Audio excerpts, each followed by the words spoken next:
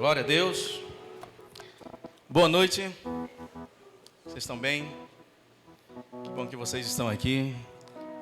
Muito feliz por ver cada rostinho. Isso alegra o nosso coração. Tem muitos ainda que estão de férias, mas creio que 70% do pessoal voltou já, né? Amém? Você é feliz? Aleluia! Glória a Deus. Sabe, queridos, nós estávamos durante esse período de julho, como vocês sabem, né, a gente vem no ritmo bem intenso, né? Nós estivemos em Marajó. Depois disso, nós fomos para Campina Grande, na conferência de ministros, nos reabastecer para derramar sobre essa igreja. E eu estou pipocando, não sei você, mas eu estou com muita expectativa para aquilo que Deus vai fazer durante esse segundo semestre. Amém? Aleluia. Nós não nos movemos pelo aquilo que nós vemos, mas daquilo que nós cremos. E nós sabemos que nós estamos aqui, fomos plantados nesse lugar aqui com um propósito divino. Nós sabemos que nós estamos fazendo aqui. E o reino de Deus vai avançar cada vez mais. E você faz parte disso. Você faz parte desse contexto onde que nós estamos desbravando esse lugar aqui. Não sei se você já parou para pensar, mas é o único verbo da vida, né, que tem na grande Belém. Então nós estamos nesse contexto, levando a palavra da fé para libertar o povo paraense. Aleluia! Glória a Deus. Então, como você está vendo, hoje é culto de Santa Ceia. Nós estaremos ceando daqui para o finalzinho, né? E quando nós falamos a respeito de Santa Ceia, né, o que vem na sua memória, o que vem no seu coração? Porque tem esse rito, né, de ceiar, né, todos os meses. Porque tem todo esse preparo, né, essa organização para nós cearmos, né, a Santa Ceia. É para que fique impregnado nos nossos corações. Para sermos gratos e lembrar tudo aquilo que Jesus fez na cruz, para nos libertar, para nos salvar. Então não é um momento que nós trazemos a Santa Ceia para ficar com pena de Jesus por aquilo que Ele passou. Glória a Deus, porque Ele passou por todo aquele sofrimento. Porque hoje nós podemos reinar com alegria. Nós podemos desfrutar da alegria. E essa alegria, ela é plena, ela é completa. Aleluia. Então eu queria que você abrisse sua Bíblia aí, em 1 Coríntios 11.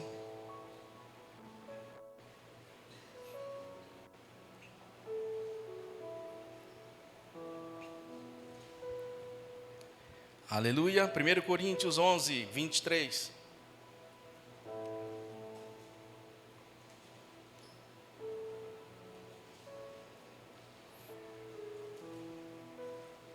Amém? Antes da gente ler, vamos declarar a palavra? Pega aí sua Bíblia, pega seu celular, seu tablet. Fale comigo, essa é a minha Bíblia. Ela é vida para mim. Portanto, a recebo misericórdia, com mansidão e expectativa no meu coração. Amém? Aleluia, glória a Deus. Então 1 Coríntios 11, 23 está escrito assim: porque eu recebi do Senhor o que também transmiti a vocês, que o Senhor Jesus, na noite em que foi traído, pegou o pão, deu graças e partiu e disse: isto é meu corpo dado a favor de vocês, façam isso em memória de quem? De mim. Da mesma forma, depois de ter comido o pão, ele pegou o cálice e disse: este cálice é da nova aliança, meu sangue, façam isso sempre que beberem em memória de mim. Porque sempre que comerem deste pão e beberem deste cálice, vocês anunciam a morte do Senhor, até que ele venha. Ou seja, todos os meses que nós fazemos, né, esse rito, que nós comemoramos a Santa Ceia, nós trazemos a memória, e nós estamos declarando até que Ele venha. Então ele foi nos deixado aqui um mandamento para que nós possamos, né, propagar o Evangelho de Deus, expressar Deus aqui na terra, ser Deus aqui na terra. Lembra daquele versículo, Cristo em mim, a esperança da glória? Colossenses 1:27, que Cristo em mim seja manifestada a glória do Pai. Então nós precisamos refletir Cristo aqui na terra, Deus aqui na terra. E foi nos deixado um exemplo que é Jesus, para nós refletirmos Deus aqui na terra, porque Ele era a pessoa exata que refletia o Pai. Aleluia! Então, até que Ele venha, nós precisamos declarar essas coisas, precisamos pregar a palavra de Deus. Independente se você tem chamado para o púlpito ou não, a sua vida tem que estar pregando aonde você for. Aonde você estiver, você precisa estar pregando a palavra de Deus com a sua própria vida. E quando necessário, você abre a sua boca para pregar. Mas a sua vida, ela vai respaldar aquilo que você está vivendo, aquilo que está dentro de você. Amém? Você entende? Então, até que Ele venha, não é mesmo? Mateus 24:6 está escrito assim: vocês ouviram falar de guerras e de rumores de guerras, mas não tem medo. É necessário que tais coisas aconteçam, mas ainda no fim. Nação se levantará contra a nação, o reino contra reino, haverá fome, terremotos em vários lugares. Eu creio que nós já estamos escutando, já estamos nesse contexto, escutando esses rumores. Guerras, terremotos, fome, pai contra filho, filho contra pai.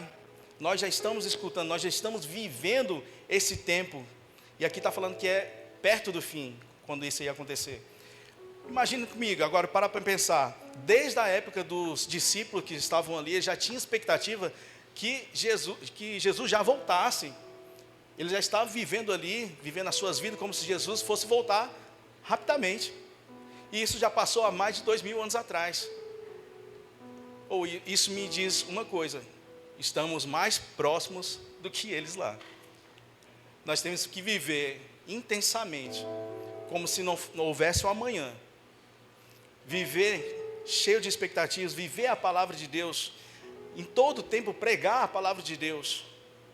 E eu digo, como mais uma vez, não é com a sua boca, e sim com as suas ações, com a sua vida, refletir Deus aqui na terra. Como é que a gente pode alcançar uma pessoa se a gente às vezes nem tem essa oportunidade de falar para ela? Com a sua própria vida. As pessoas estão olhando você, as pessoas estão me olhando. Então, todo o tempo eu estou pregando de boca fechada. Na fila do mercado, na conveniência, andando na rua, com os meus vizinhos. Agora a gente para refletir, será que eu estou realmente refletindo isto? Uma vida cristã? Será que meus vizinhos pelo menos sabem que eu sou cristão? Aleluia. Sorri e olhe para frente. Será que meus vizinhos têm esse entendimento que ali mora um cristão? Ou ai de mim? Sabe, queridos, o mundo que nós estamos vivendo hoje, ele só vai de mal a pior. Tem uma música no Verbo da Vida que a gente canta que só vai melhorar, eu não vou parar, né? Glória a Deus que nós declaramos isso, mas na palavra pelo menos está dizendo que na verdade que o mundo só vai piorar. E você está pronto para isso? Você está alicerçado na palavra de Deus para receber isso, entrar nesse tempo, firme e forte na palavra de Deus? Vale para reflexão. Aleluia. Em 1 Pedro 2 está falando assim. Pedro, ele lembra que nós somos estrangeiros neste mundo. 1 Pedro 2:11. Amados, insisto em que, como estrangeiros e peregrinos no mundo, vocês se abstenham dos desejos carnais que guerreiam contra vocês. Tenham uma conduta correta entre os pagãos, para que, mesmo que eles os acusem de praticar o mal, observem as boas obras que vocês praticam e glorifiquem a Deus no dia da intervenção dele. Pedro já está advertindo. Tenha uma boa conduta. Sabe, queridos, quando nós vivemos nesse mundo, nesse contexto, né, dos evangélicos, quantas e quantas pessoas nós nos deparamos, né, e a gente fica até assustado de saber que aquela pessoa ela é evangélica, porque ela não condiz com que a palavra de Deus, né, que nós conhecemos.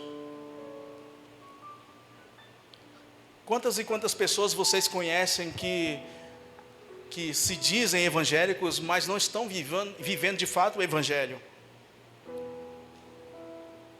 Mas a palavra de Deus, ao mesmo tempo, né, fala para a gente refletir, para nós analisarmos a nossa vida, para que nós não venhamos ser repreendidos. Sinceramente, eu tentei fugir muito dessa pegada, né, de falar a respeito do caráter, porque sempre Deus me conduz para falar a respeito do caráter. Senhor, eu quero pregar para as pessoas saírem correndo, dar pipoca ali, pá, tem avivamento, eita, glória a Deus, falar sobre fé, mas sempre Deus me traz para trabalhar e tratar o caráter da igreja. Então, se Deus está trazendo isso para nós, é porque nós precisamos melhorar, nós precisamos refletir aquilo que nós estamos fazendo, refletir e analisar a nossa vida, como que nós estamos vivendo nos bastidores. Quando você está sozinho no seu celular, quando você está andando nas ruas sozinho dentro do seu carro, quer fumar, ninguém está vendo nada. Como é que você está vivendo? Aleluia.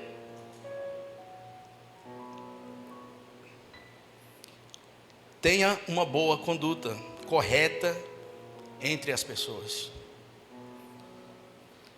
Voltando na 1 Coríntios 11, 27, está falando assim, ele alerta para fazer essa autoanálise. 1 Coríntios 11, 27, dando continuidade quando a gente começou. Portanto, todo aquele que comer o pão ou beber o cálice do Senhor de modo indigno será culpado de pecar contra o corpo e o sangue do Senhor. Examine cada um a si mesmo, e então coma do pão e beba do cálice. Pois quem come e bebe sem discernir o corpo do Senhor, come e bebe para o seu próprio juízo. Por isso, há entre vocês muitos fracos e doentes, e vários já dormiram, vários já morreram prematuramente, porque nós estamos bebendo e consumindo de uma forma equivocada, errada. Isso aqui que nós vamos fazer é muito sagrado, é muito sério o que nós fazemos aqui a respeito da Santa Ceia. Nós precisamos fazer esse check-up, né? Fazer esse escaneamento da nossa vida, se realmente nós estamos de acordo com a palavra de Deus.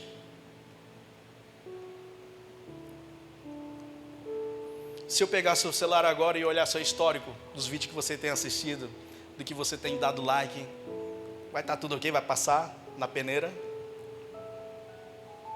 Aleluia!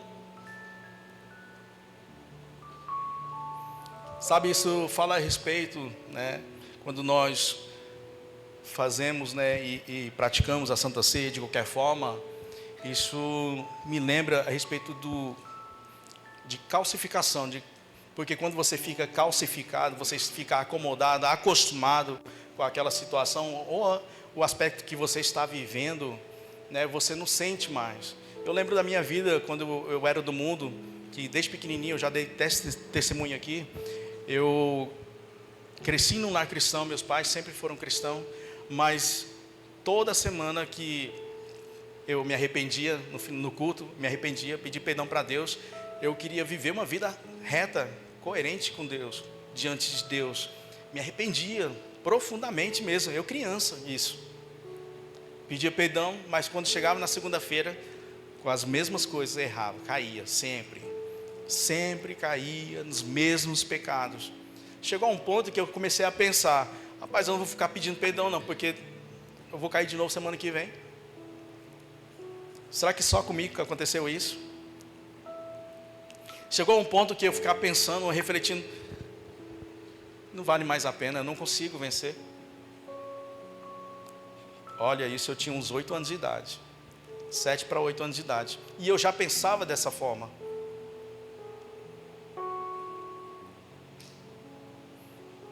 Calcificando. A palavra de Deus fala que um abismo, ele chama outro abismo. E quanto mais você está, e você negligencia esses pecadinhos, ele vai aumentando cada vez mais, até o ponto de você cometer um pecadão. Apesar que não existe pecadinho, pecadão, mas você me entende o que eu estou falando. Um abismo chama outro abismo. Se você começou só com uma olhadinha, a segunda virada, porque você passou uma vez, tudo bem, mas a segunda, quando você olha para lá, principalmente homens, essa segunda olhadinha já é errado, já está pecando. Então, de um pecadinho, vai para o outro. Pecadinho, já comecei, opa, aí vou no celular, começa a aparecer para mim um monte de coisas no feed, indevidas. Aí uma coisa chama a outra coisa. Aí começa a ver mulheres de biquíni, homens de sunga, não sei lá que for. Que diabo que é isso? Quer aparecer para você. Eu estou mentindo? O algoritmo, ele reconhece o que você está olhando. Talvez você possa até ter excluído o histórico tudo aí do seu celular, para ninguém perceber, porque é tudo no oculto, tudo no escuro. Mas quando você abre seu feed, aparece lá exatamente o que você tem interesse. O algoritmo, ele é dedo duro. E glória a Deus por isso, né? Eu acho bom, porque eu consigo analisar, me autoanalisar. A gente fica até brincando aqui com os meninos, com os adolescentes, com os jovens. Abre seu feed aí, vamos ver o que você está olhando aí. Pronto, para mim ser referência, toma aqui meu celular primeiro. Olha aí, meu feed, como é que está? Pastor, só tem negócio aqui de mim. Me mostra o seu aí. Passando um teste.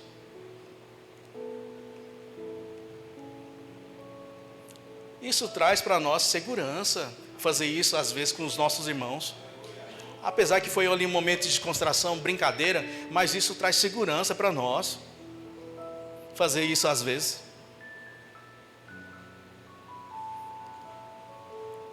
Aí outra vez fui pegar de outro camarada, ei rapaz, isso aqui tá errado, está aparecendo mais coisas aqui errado do que certo. Então algo de errado não está muito certo. Mas não tem olhado. Tem, porque o algoritmo, ele não erra. Amém? Deus sabe porque está falando, nem tinha isso aqui no script.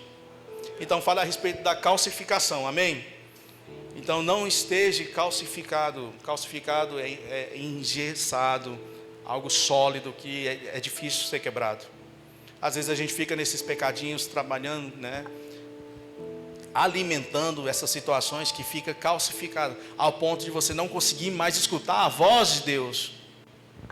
Não consigo escutar mais o Espírito Santo falando com você, ei, está errado. Amém?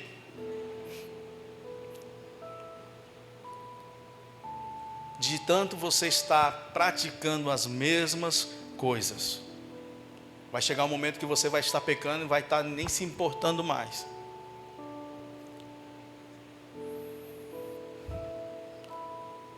E pensando nisso, eu lembrei do tsunami que teve em 2011 no Japão. Quantos lembram aqui que teve esse evento no Japão? 2011 teve um tsunami. Eu estava lá no Japão ainda, teve o tsunami. Naquele dia eu trabalhava de uma semana de dia e uma semana à noite. E eu estava trabalhando naquela semana durante a noite Então eu estava em casa dormindo. E quando teve esse tsunami, aconteceu o terremoto. É tsunami que vocês falam, né? É tsunami, gente. Então quando teve esse grande terremoto, né, que chacoalhou tudo, e quando eu trabalho à noite, geralmente eu ficava muito cansado, dormia que nem uma pedra durante o dia. E quando de repente chacoalha tudo, eu acordo, eu falo, rapaz, foi grande esse terremoto aqui, para me acordar, eu cansado do jeito que eu estou. Aí eu fui, liguei a televisão, quando eu vi a televisão, já estava a cidade sendo inundada com aquele tsunami. Tsunami, diga comigo, tsunami. Amém, tsunami. Já estava sendo inundado a cidade com aquele tsunami. E o interessante é que depois que passou tudo aquilo, não vou falar muitos detalhes para não ficar muito extensa a pregação, mas quando passou tudo aquilo ali, quando a gente foi ver o número de pessoas que tinham falecido, era monstruosa. Por que as pessoas morreram? Por que tantas pessoas morreram? Se elas teve tempo, porque no Japão é muito sofisticado, todo dia tem terremoto no Japão, mas nem todo dia são terremotos fortes. Amém? Todo dia tem terremoto no Japão, gente. Se você quiser morar lá, você é missionário no Japão, já vai sabendo que todo dia vai ter um tremor. E todo dia aparece na televisão, como aparece aqui às vezes, no celular, um alerta. Houve terremoto, cuidado com o tsunami. Então todo dia você está acostumado a ver aquela notificação. Olha o terremoto, cuidado com o tsunami. Terremoto, tsunami. Às vezes quando a gente olhava, que sabia que houve um grande terremoto, que as placas iam voltar e tudo mais, a gente ia até para a praia para pegar ondas. Mas isso não vem ao caso. E aí a gente, vendo tudo isso, presenciando todos os dias isso, chegou ao ponto de calcificar a nossa mente. Como assim? Vou explicar para você. Quando houve esse terremoto, e teve aquele alarme, as pessoas estavam tranquilas, achando que era mais um terremoto. Então vinha aquele tsunami, estava enchendo, as pessoas passavam ali andando tranquilamente, passavam de carro, de bicicleta, andando na beira do mar tranquilamente. E quando eles se depararam, aquela onda veio tão grande que passou a barreira e entrou na cidade. E essas pessoas que estavam ali morreram, não saíram das suas casas, por conta da calcificação. Estavam acostumadas a viver naquele ciclo, todos os dias, e aquilo ali calcificou, ao ponto deles não se atentarem para que as suas vidas estavam em perigo, e veio a falecer, perder suas casas, perder suas famílias, por conta de uma coisinha: calcificação. Você está entendendo onde que eu quero chegar? Sabe, queridos, a palavra de Deus, ela sempre vem nos exortando, e quando ela vem nos exortar, não endureça seu coração. A palavra de Deus, ela vem para nos orientar, nos mostrar, como se fosse uma bússola, mostrar o caminho onde que nós devemos andar ou caminhar. Então, quando nós escutamos toda semana, nós escutamos pelo menos aqui, quinta e domingo, e chega aquele ponto de calcificar a nossa mente, ao ponto da gente não conseguir receber mais nada. É mais um culto, é mais um louvor, é mais uma pregação de fé, é mais uma pregação de Jesus, é uma pregação, calcifica. Então quem que tem que estar em alerta somos nós. Eu que tenho que olhar para aquela palavra que está sendo ministrada com amor, com zelo, valorizar, atentar, considerar.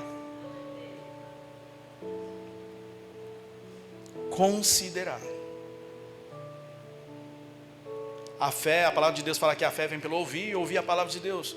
E é o momento que você se permite a ser exposto à palavra de Deus, fé vai ser gerada no seu coração. E quando você menos espera, aquilo chega como rema na sua vida, que a sua vida ela vem ser transformada.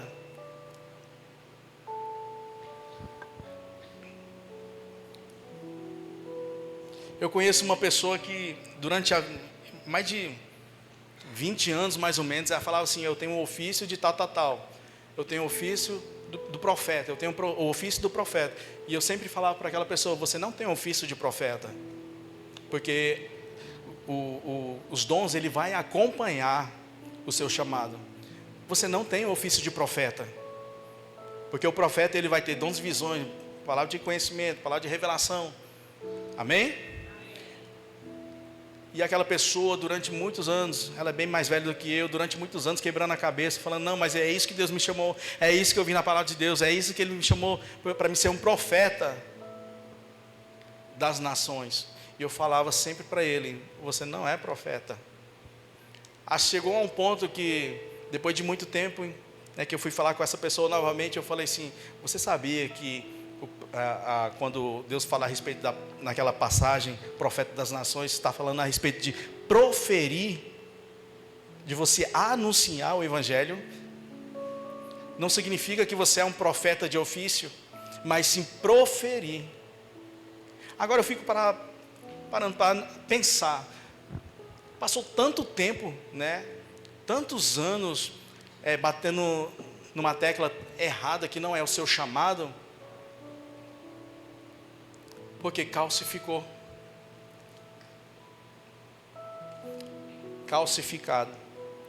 Aí quando foi quebrado, mais depois de 20 anos que foi se quebrado isso, e a pessoa foi liberta. Demorei 29 anos da minha vida para poder quebrar os biscoitinhos da minha cabeça, as religiosidade, achismos, e vim conhecer a Deus. 29 anos que eu demorei. Quanto tempo eu perdi? Eu fico olhando para os jovens da igreja aqui, eu falei: se eu tivesse essa oportunidade, se eu tivesse essa palavra quando eu tinha a idade deles, rapaz, eu estaria muito mais longe.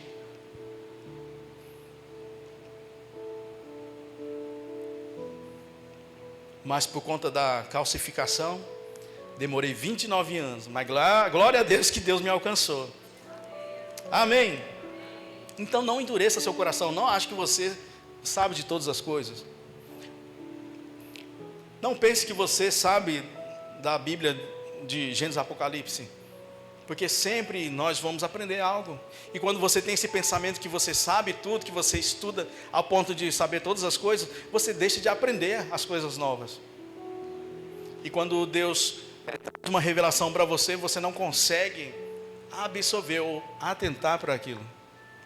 Amém. Aleluia.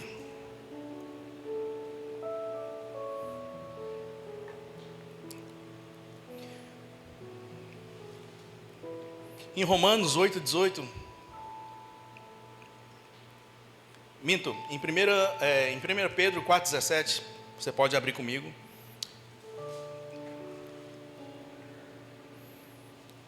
Pedro fala a respeito que nós vamos ser julgados. 1 Pedro 4:17.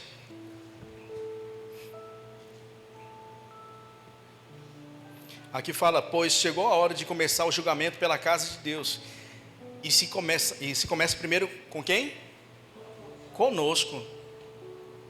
Qual será o fim daqueles que rejeitam o evangelho de Deus? Em 2 Coríntios 5:10, Paulo também fala a mesma coisa: pois todos nós devemos comparecer diante do tribunal de Cristo, para que cada um receba de acordo com as obras praticadas por meio do corpo, quer boas, quer más. Ou seja, quando nós fomos arrebatados, quando o arrebatamento acontecer, nós somos os primeiros a ser julgados por Cristo, pelo aquilo que nós estamos fazendo. Não vai ser os ímpios que vão ser julgados primeiro, vamos ser nós, a igreja vai ser julgada primeiro. Mas esse julgamento é para trazer não é bonificação não, como é a outra palavra? Galardão. Trazer o galardão para nós.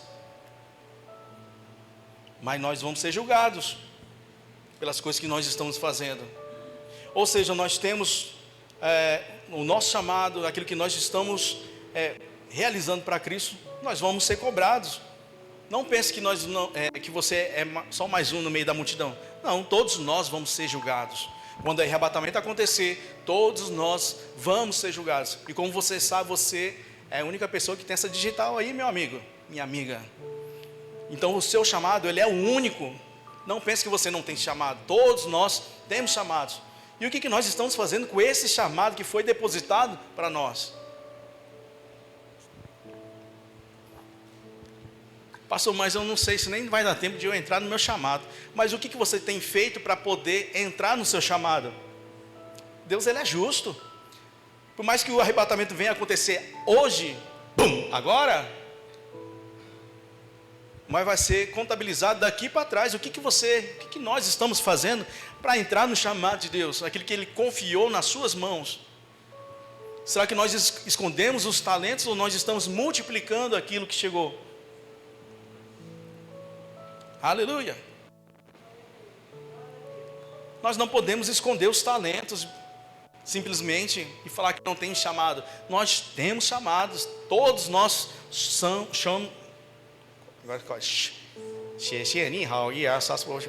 somos chamados. Amém? Aleluia.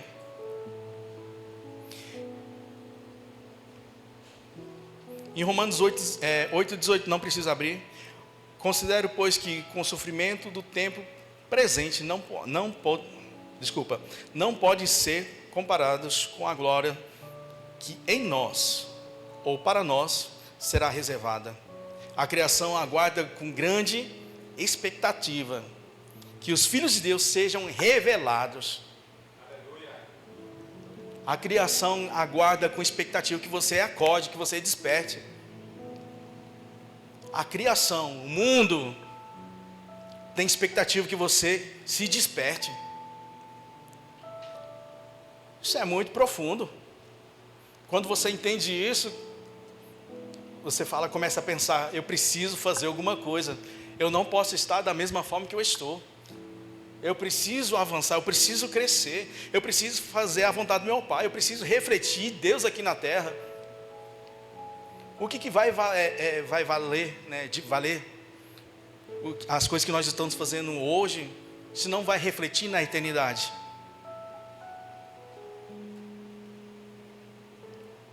Não vai somar para nada na eternidade. E a eternidade, como a palavra mesmo diz, é a eternidade. A gente está vivendo só um trisquinho aqui no meio do mundo.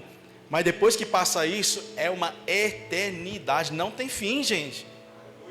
E tudo que você produzir nesse pedacinho de tempo aqui que nós estamos vivendo, no tempo de hoje, vai refletir toda na eternidade. Aleluia.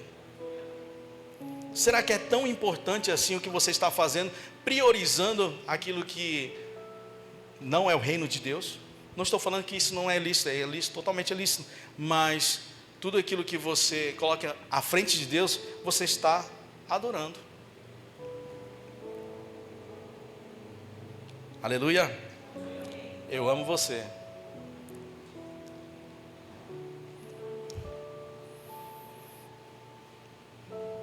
Em 2 Coríntios 5:17-21, Deus colocou você numa alta posição. 17, portanto, se alguém está em Cristo, é uma nova criação. As coisas antigas já passaram, eis que fizeram novas. Tudo isso, porém, provém de Deus, que nos reconciliou consigo mesmo por meio de Cristo, e nos deu o ministério da reconciliação. Ou seja, que Deus em Cristo reconciliou consigo o mundo, não levou em conta as transgressões dos homens, e confiou a nós a mensagem da reconciliação. Portanto, somos embaixadores de quem? Você é o quê? Rapaz, agora que faz todo sentido quando Billy Graham, né, ele foi convidado para até ser uma pessoa aí no cargo político aí, e ele recusou e falou assim: rapaz, eu não vou me rebaixar a isso, porque ele tinha tanta convicção que ele era embaixador de Cristo aqui na terra. Portanto, somos embaixadores de Cristo, e Deus faz o seu apelo por meio de nós, por amor a Cristo. Suplicamos, reconciliem-se com Deus, pois foi por nossa causa que Deus tratou como pecador aquele que não tinha pecado, para que nele nos tornássemos justiça de Deus. Você é justiça de Deus. Deixa eu falar mais para você. Em Efésios 2:6. E nos ressuscitou juntamente com Ele e nos fez assentar nos lugares celestiais em Cristo Jesus, para mostrar nos séculos vindouros as abundantes riquezas da sua graça pela sua benignidade para conosco em Cristo Jesus. Aleluia! Era para você estar correndo agora. E ressuscitou juntamente com Ele e nos assentou nos lugares celestiais em Cristo Jesus. Você é justiça de Deus. Você está sentado à destra do Pai junto com Jesus. Independente do que você crê ou não crê ou deixa de crer, a palavra, ela está falando que você é justo, que você é justiça de Deus, que Deus vê você nessa posição. Diga comigo: eu sou justiça de Deus. Eu sou justiça de Deus. Eu sou justo diante de Deus. Aleluia! Porque não depende de você, é nele, é sobre ele. Aleluia! E você está nessa posição, sentado à destra de Deus, juntamente com Jesus. Justos. Agora, se você crê ou não crê, não interessa para mim. Eu fico com a palavra de Deus e eu a recebo. É pela fé. É pela fé essa posição.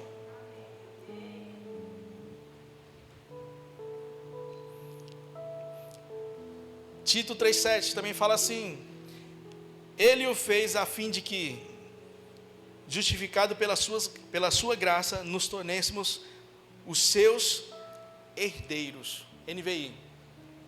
Ele fez a fim de que, justificados pela sua graça, nos tornemos os seus herdeiros, tendo a esperança da vida eterna. Está falando que você é herdeiro. Herdeiro.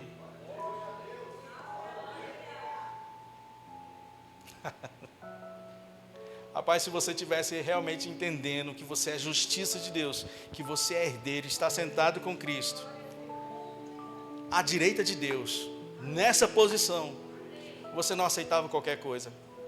Você estaria dando uma carreirinha. Aleluia.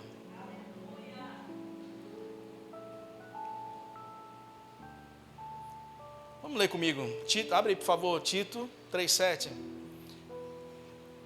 Só o 7. Vamos ler junto comigo? 1, 2, 3 e... Ele o fez a fim de que...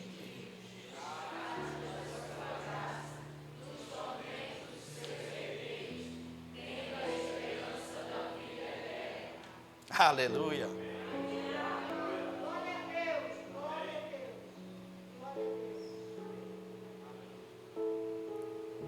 Aleluia. Você percebe que a nossa mente ela é tão calcificada e fomos programados para não receber essa graça, que nós não conseguimos nos ver nessa posição,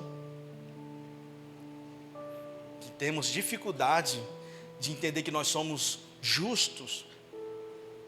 Pastor, mas eu não sou justo. Mas não é sobre você. Se fosse depender de homens, nós estávamos acabados. Não é sobre você. Aleluia.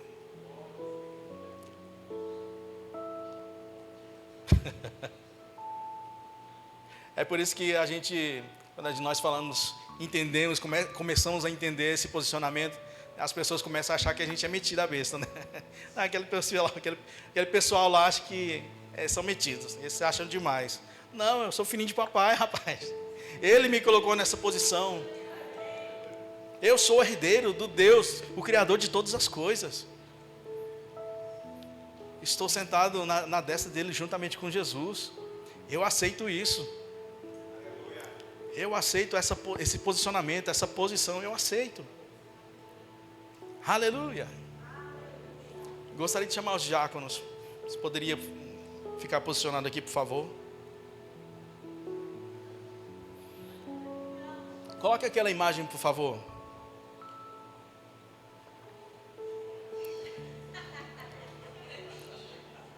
Eu acho que é por isso que minha língua está tão enrolada, porque eu estava vendo os nomes tudo em japonês ali, né? Quando eu fui ver esse documento, começou a embolar toda a língua.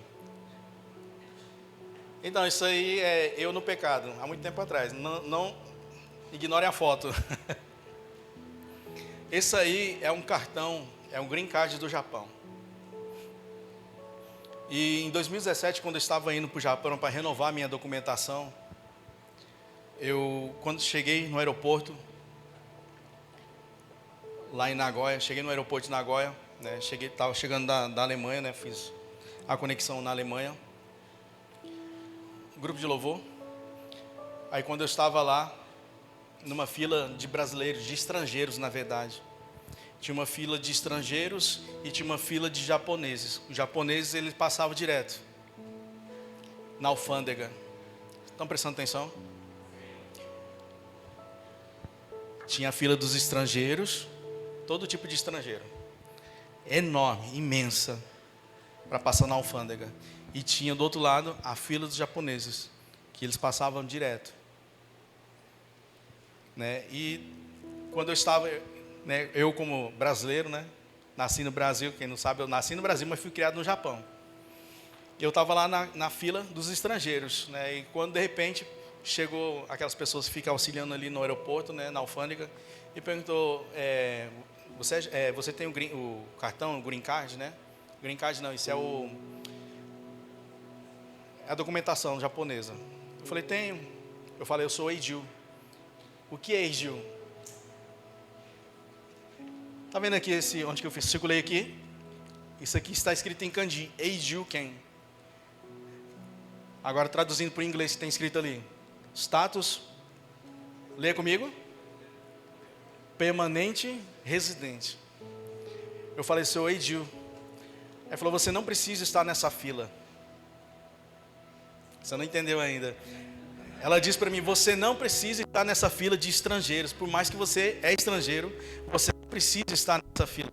Porque esse cartão te dá a legalidade como filho da terra. E eu fui para a fila de japoneses. Eu não estou emocionado porque, passei no japonês. Não é isso não, é pela posição, aquilo que eu estou tentando passar para vocês. Vocês não entenderam ainda. Veja bem, eu estava na fila de estrangeiro como todos, como um comum, uma pessoa normal. E de fato eu sou estrangeiro no Japão. Mas quando chegou, você tem a legalidade para entrar nessa nação? Tenho. Por quê? Porque visto permanente. Isso fala a respeito do reino de Deus. Por mais que a gente nós somos estrangeiros, Deus ele nos deu esse green card, essa permanência, que nós temos livre acesso ao trono de Deus.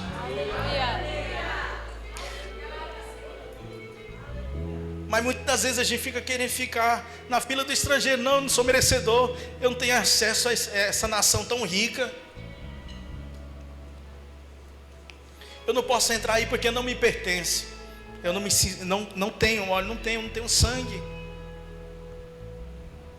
E Deus está falando para você, ei, você tem a permanência. Você tem a permanência em mim. Você tem a legalidade de passar tudo assim, cortar tudo isso aqui e entrar sem revisão. Os estrangeiros ali fazendo todo tipo de revisão, vendo se não estava levando nada ilegal para o país. E nós que temos isso aqui, pode passar.